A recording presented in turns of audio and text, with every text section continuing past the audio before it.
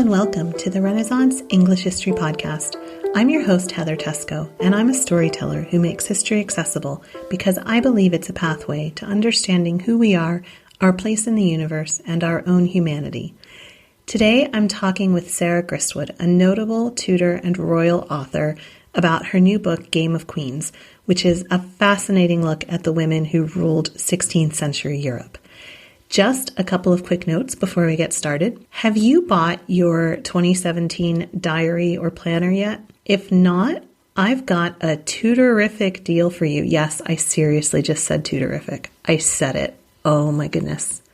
So go to tudorplanner.com, Tudor Planner, and check out the planner that I've designed. It's got monthly and weekly pages, and it's full of Tudor history, this week in Tudor history, this month, quotes from Tudors that we love, and musical listening suggestions with a special playlist that you can go to. So you can get it in hardcover, paperback. They're going to be shipped in December in time for Christmas if you order early. And there's also a PDF printable. So you can go to tudorplanner.com and check it out. Also, the Renaissance English History Podcast is a proud member of the Agora Podcast Network, and the Agora Podcast of the Month is the history of Islam. It's a really interesting look at Muslim history, at Islamic history, and you can find it at historyofislam.podcast.blogspot.com or all of the normal, usual podcasty places. So finally, I've got links going up on the englandcast.com site for all of Sarah's information, links to her books, everything like that. So go to englandcast.com for that. So let me introduce you to Sarah Gristwood now. She's a best-selling Tudor biographer, former film journalist, and commentator on royal affairs. After leaving Oxford, Sarah Gristwood began work as a journalist, writing at first about the theatre as well as general features on everything from gun control to Giorgio Armani. But increasingly, she found herself specializing in film interviews, Johnny Depp and Robert De Niro, Martin Scorsese and Paul McCartney, and she has appeared in most of the UK's leading newspapers, The Times, The Guardian, The Telegraph, Daily and Sunday, and magazines from Cosmopolitan to Country Living and Sight and Sound to The New Statesman. Turning to history, she wrote two best-selling Tudor biographies, Arbella, England's Lost Queen, and Elizabeth and Leicester. In September 2012, she brought out a new nonfiction book, Blood Sisters, The Women Behind the Wars of the Roses, which is also quite fabulous, I have to say. And Game of Queens has just come out. She's a regular media commentator on royal and historical affairs. She was one of the team providing Radio 4's live coverage of the royal wedding and has since spoken on the Queen's Jubilee, the royal baby, and other royal stories for Sky News, Woman's Hour, Radio 5 Live, and the CBC. Shortlisted for both the Marsh Biography Award and the Ben Pimlott Prize for Political Writing, she is a Fellow of the RSA and an honorary patron of historic royal palaces. She and her husband, the film critic Derek Malcolm, live in London and Kent. Sarah, thank you so much for being on the Renaissance English History Podcast. I'm so excited to talk with you about your new book, Game of Queens.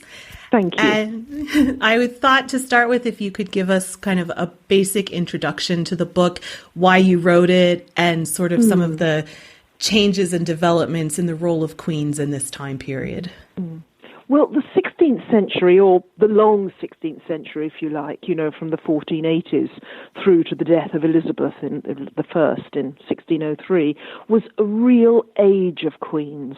Large chunks of Europe were under the hand of, either a queen regnant or a female regent. And that bit about in Europe is important, because that's what really struck me. We all in England, and, the English-speaking countries, we know about the Tudors, we know about the Stuarts, but we don't know so much about what's happening in the non-English-speaking countries, basically. And yet, those women in continental Europe had a huge influence, not only on their own lands, but also on our queens, and that's rather got forgotten today. When I began looking at this subject, I was really struck also about the connections between the women, about how lessons in power and how to use it must have passed from mother to daughter and mentor to protege. And there's some really quite surprising links there. And it seems like a lot of the changes with queenship were sort of wrapped up in the religious changes as well. That's another huge theme of this century. And I'm just thinking when you talked about mentor and mentee, protege, and mothers and daughters, about, Anne Boleyn being cast as a Protestant and being raised perhaps in a more humanist way, and then Catherine with her mother bringing in the Inquisition in Spain. And I just kind of wonder how religious tensions kind of tie in with some of these changes. Yeah, I think there's a huge link there. I mean, I really do see the religious differences as having brought an end to that age of queens, because earlier in the 16th century, women really could have huge links across nations. Margaret of Austria, for example, would be not only, she was herself brought up by Anne de Beaujeu, the regent of France. Her mother-in-law was Isabella of Castile in Spain. But then she was by then sister-in-law to Catherine of Aragon, and would later help Catherine of Aragon, get legal advice for her troubles with Henry. But at the same time, Margaret of Austria helped raise Anne Boleyn. Anne Boleyn was at her court for a very important year or so. So early in the century, you've got all these links. And both Anne Boleyn and Catherine of Aragon had huge links to the continent. But by the latter part of the century, think about the Tudor daughters, that had really gone. And the reason is, I think, religion. Religion is what separated not only Mary Tudor but Elizabeth Tudor, her half-sister, but Elizabeth Tudor from most of the rulers on the female powerful women on the continent. And of course, it was what made it impossible for her to live with Mary, Queen of Scots. So I really do see the religious divisions of the century as ripping apart the bonds between women. And something you mentioned there with these bonds, I was really interested in the ladies' peace that you talked about early on. Can you tell us a little bit about that? Absolutely. Yeah, no, I agree, it's fascinating. In fact, that was one of the real first sort of keys for the book, coming across this thing of which I'd never heard, the ladies' peace of Cambrai in 1529, because it was celebrated between Margaret of Austria, the one about whom I've just been speaking, and Louise of Savoy. So Margaret of Austria was regent of the Netherlands on behalf of her nephew, Charles V. Louise of Savoy was the mother of the French king, Francois I, who'd also acted as his regent when he was away. And those two, I mean, obviously the Habsburgs and France were perpetually at enmity. That was the other big theme of the 16th century. But at this point, at the end of the 1520s, the two women got together. And there are actually letters from Margaret of Austria to Louise of Savoy talking about how difficult it would be for the men because they had their own sense of honour to consider, which is a polite way of saying, they were going to be posturing young bucks, basically. But how easy it were for ladies to come forth in such an undertaking. Essentially, that if they kept their young men out of the way, they too, the women, and actually three women, because Louise brought her daughter, Marguerite of Navarre, could settle down and get the business sorted, as indeed they did.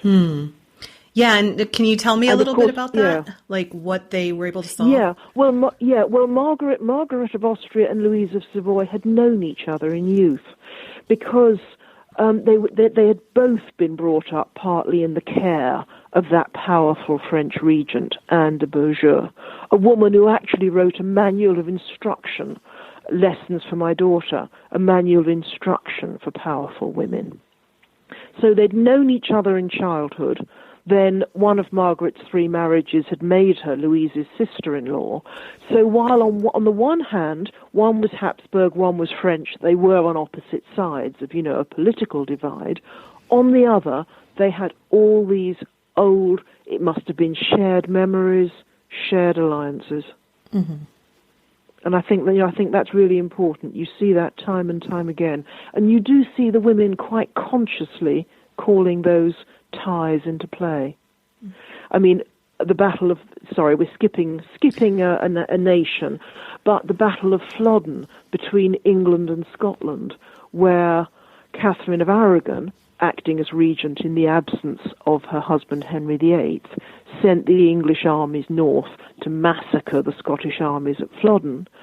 Margaret Tudor, Catherine's sister-in-law, Henry VIII's sister, said that if only she and Catherine of Aragon could have met before the battle, perhaps it could have been avoided. Yeah. It's interesting because you brought up Anne de Beaujeu, and I was really interested in that manual she wrote and how she talked about how widows should try to keep their power and you know, not be pushed into marriages easily, or just be really aware of the power that they had. And as I was reading, you know, it seemed like the women of France and the women of the continent were kind of listening to that a bit more. Of course, the women in England didn't have that experience during Henry's time, but Scotland, it seemed like such a different kind of experience, both with Margaret Tudor and then later on. So can you tell me a little bit about the differences there? Yeah. No, I agree that Scotland is an odd one. The irony is it did have two women who tried to, and to some degree did, take control of the country. Margaret Tudor, after the death of her husband James at Flodden, was, you know, it looked for a while as if she would at least be able to sort of, you know, head the Regency Council. But then she effectively threw it all away by making a disastrous and very unpopular in the country second and then third marriage. In other words, she made exactly the mistakes that her granddaughter, Mary Queen of Scots, made. Now, in between those two, there came Mary de Guise, who did rule the country as regent during part of the minority of her daughter, Mary Queen of Scots, reared in France, perhaps. She made a much better job of it. But nonetheless, she too had great difficulties. So maybe it does say something about the Scottish situation, because I agree that Scotland is a bit of a sort of standout here, but that may be down to, you know, the sort of turbulent nature of the country and the very different relationship that the nobles felt they had with the crown. Sure. But it is striking. I agree with you about the widows thing, particularly. Anne de Beaujeu's manual it's great, isn't it? I love the bit. I love some of the things like where she says that, you know, you no need to wear too much finery because past 40, no finery in your dresses can make the wrinkles on your face disappear. Never heard of Botox, had she? But one of her series, she really is writing a lot for widows. And I think it's important for us now to remember that in many ways was the time of a woman's power, because before she married, she was effectively considered, you know, a child in the custody, the care of a male parent or guardian. While she was married, she was subordinate to her husband. But as a widow, it might be another story. And very many of these women did actually achieve their power in widowhood. And many of them, I may say, were fought tooth and nail against the eagerness of their male relations to marry them off again. I mean, Margaret of Austria's relations were pushing her to make a fourth marriage, possibly with Henry VII of England. But she, very sensibly, was having none of it. Instead, you know, she became not only regent of the Netherlands, but at the very heart of European diplomacy. And she clearly preferred her independent life that way. I thought it was interesting, just, you know, you talked about widows and their power, and when women were girls, and how little power they had. And, you know, I suppose that's for women of all classes, but you see it specifically with royalty.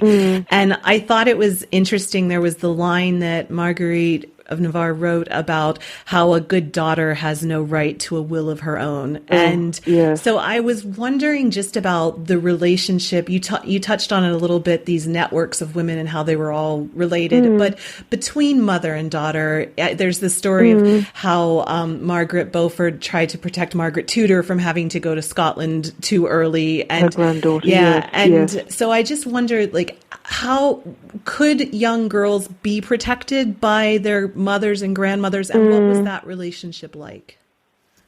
Yeah, well, I think there's several things there, actually. One is, yes, as you say, you do see things like Margaret Beaufort, who had herself been married off terribly early and become pregnant at 12. You do see her trying to protect her own granddaughter from a similar fate. In fact, James of Scotland may well have been, a bit more humane and waited, rather, unlike Margaret Beaufort's husband. But the amount the women could do was limited. And, of course, often these women didn't have the chance to bring up their children themselves, not in a very hands-on way. And that really brings us on to the other point that, yes, I agree. These young girls, perhaps these princesses, perhaps even more than ordinary young girls, really were pawns. That's, the name of my book, Game of Queens, the chess game. Pawns to be moved around the board for the advantage of their family. And the trouble with that is that very, very often that meant they'd be married off to cement a foreign alliance with someone a country which had been and would be again an enemy of the country where they were born. So actually Margaret Tudor in Scotland is the absolutely prime example. She was married off by her father, Henry VII, to the Scottish king to cement an alliance with Scotland. But Scotland and England were perpetually at enmity. And when the battle broke out, Flodden, you had the armies of Margaret's brother and her natal country killing her husband. But she was then the only person to whom she could appeal for help in ruling Scotland was that same brother, who just massacred so many Scotsmen whose armies had. And so they really were caught in this impossible tug between loyalty to their natal family, whose ambassador in a way they were supposed to be, and loyalty to the country into which they'd married. Really an agonizing position to be in.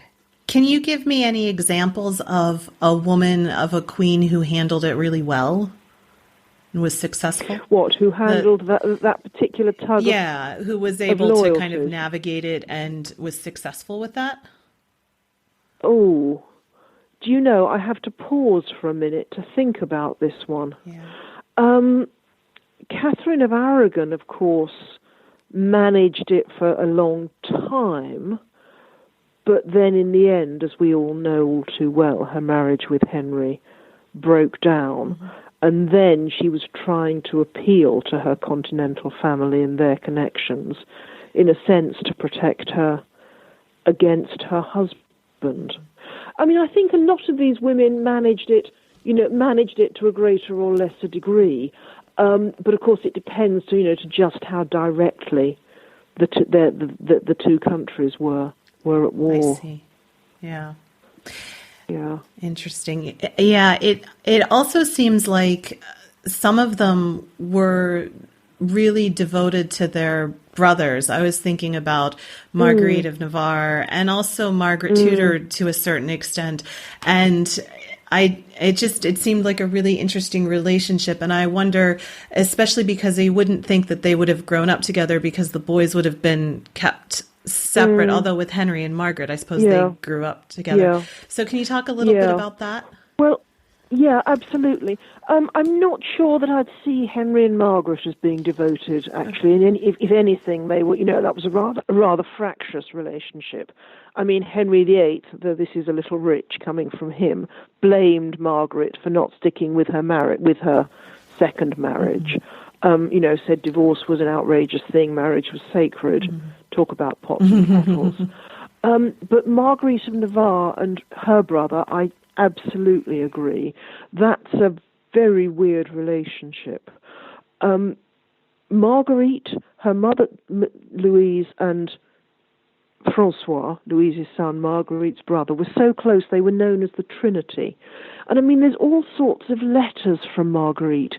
When, for example, she finally became pregnant, writing about how much she resented the baby in her womb because it might distract her from attention to her brother, writing time and again about, how the interests of her child and her husband were as nothing compared to those of her brother.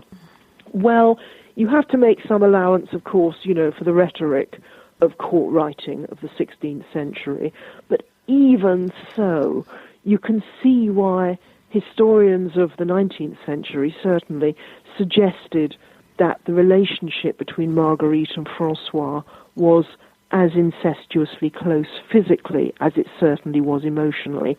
That's probably going too far, but all the same, it was a weird one. But it may not just be sisters and brothers, because Louise's, their mother's devotion to Francois was also extreme. Mm-hmm. And perhaps one has to say that for some of these women, not all, their male relations were a kind of surrogate. In France, which subscribed to the Salic law, which said that a woman, could never hold the throne, the closest that women could get to power was through a male relative. So perhaps there's something of that going on there too. Mm-hmm. And perhaps that's why you don't see it quite so much in England. Mm. Yeah, interesting.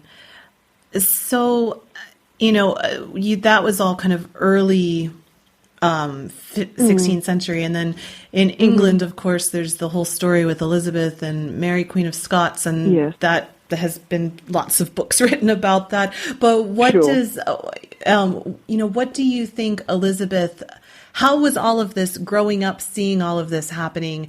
What do you think she took from that? And how did that influence her later with never getting married and everything like that? Yeah. Well, it's an interesting one, isn't it? Because, of course, Elizabeth's own, mother, Anne Boleyn, died in her early childhood. And apart from her last stepmother, Catherine Parr, she didn't really have the experience I'm talking about of, watching a woman handle power. Catherine Parr, of course, was briefly left as regent of England. Mm. But nonetheless, it is interesting, isn't it? Because I think one has to feel that someone as well educated as Elizabeth would have learned something, would have, been aware of the continental experience, would, have read some of the books written by these women even. But one of the questions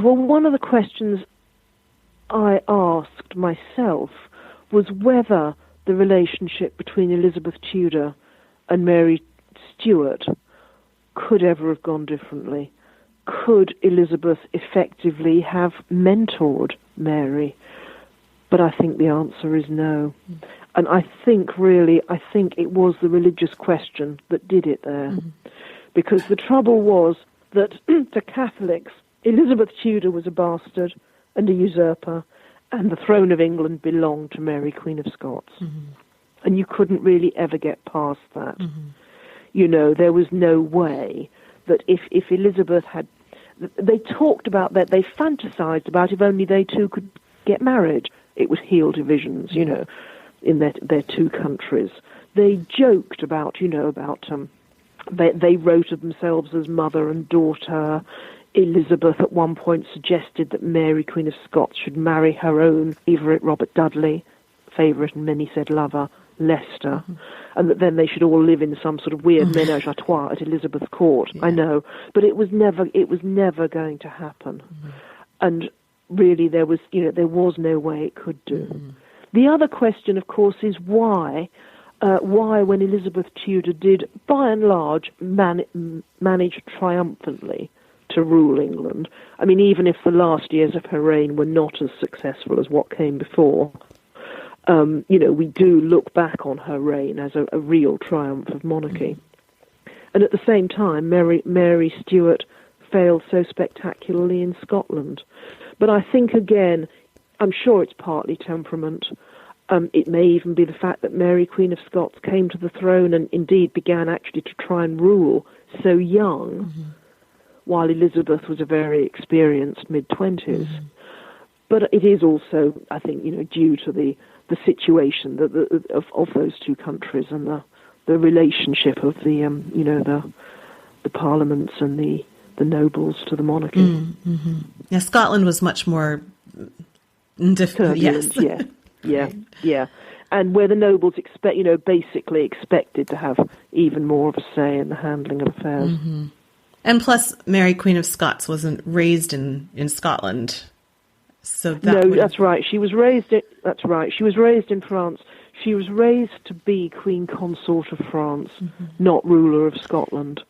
And of course, she was a Catholic, returning to a largely Protestant country. Yeah, I liked the part where I noticed the part where you talked about the subjects that she excelled in were, needlepoint and dancing, and how she used to come to the council meetings and do her needlepoint. I know. I mean, I'm sure Elizabeth I was also a good needlewoman, but I don't quite see her stitching through council meetings. Exactly. Yeah. So, were there any surprises that you found that you didn't expect as you were researching and writing this book? Well, yes. I mean, in a sense, the whole subject was a surprise to me when I first began, just to discover just how regularly chunks of Europe were ruled by a woman. I mean, the Netherlands, for example, Margaret of Austria was succeeded by a niece she'd raised, Mary of Hungary, who was succeeded by a niece she'd raised, Margaret of Parma. So, that's an amazing line of female regents. But in terms of individual personalities, yeah, I think there are two surprises: that I didn't know more about Margaret of Austria. I mean, she seemed to me such a compelling figure, and one with so many links, to England, that it's very odd that more of us don't know about her, because, most of us really don't. Yeah. The other surprise, I have to say, and a less pleasant one, was Marguerite of Navarre, who, because, I knew of her as someone who Anne Boleyn regarded as, in some sorts, a mentor. I knew of her as a very prolific published author, as a thinker, as a leader of the group of noble ladies who were trying to reform the Catholic Church from within. So I kind of expected to really admire her, and of course I do, but in some ways.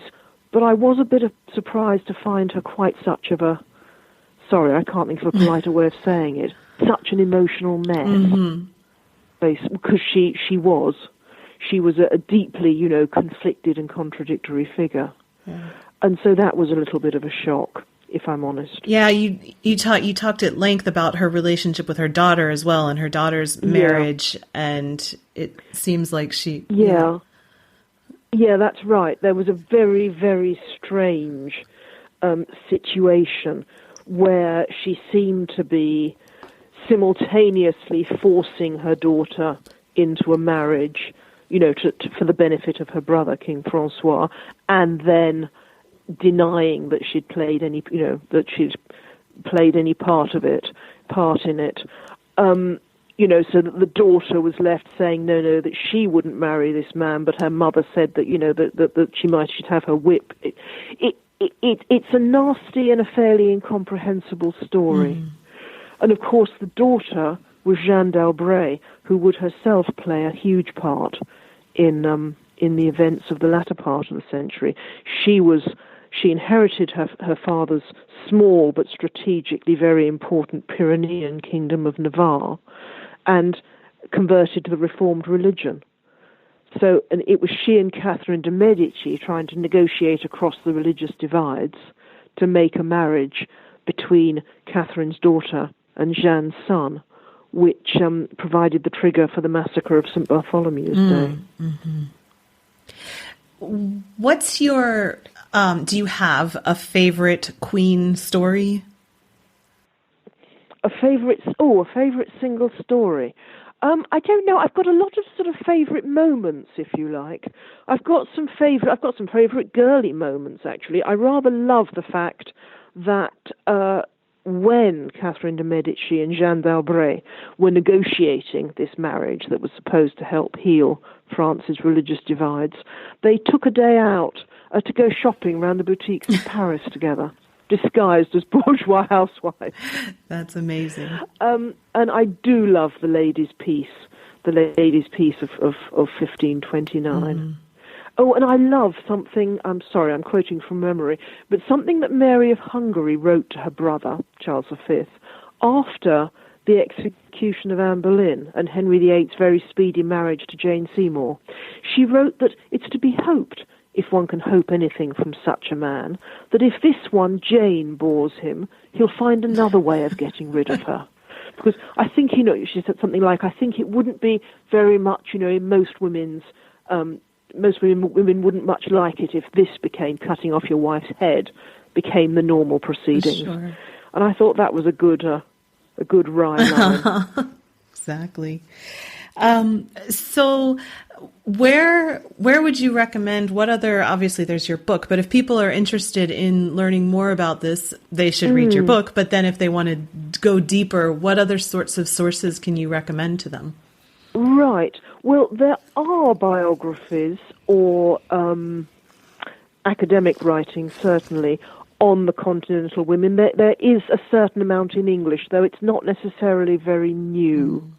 But this is it. There are a couple of books I would definitely recommend. However, there are 3 books really that I'd say go to, and the first is Antonia Fraser's groundbreaking Boudicca's Chariot, The Warrior Queens. I mean, it's not a new book now. I think it was published in 1988, though often reissued.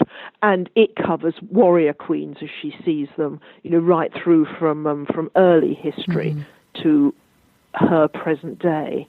But that's got some absolutely compelling patterns that she draws out. The other 2, more recently, that I noticed particularly as, again, drawing out the patterns, sort of looking at queenship across Europe in a broader way. One is The Rise of the Female Kings in Europe, 1300 to 1800, by William Monter. That was from Yale a few years ago. And the other is one by Sharon L. Jansen, The Monstrous Regiment of Women, Female Rulers in Early Modern Europe. And all of the 3 of those I'd heartily recommend.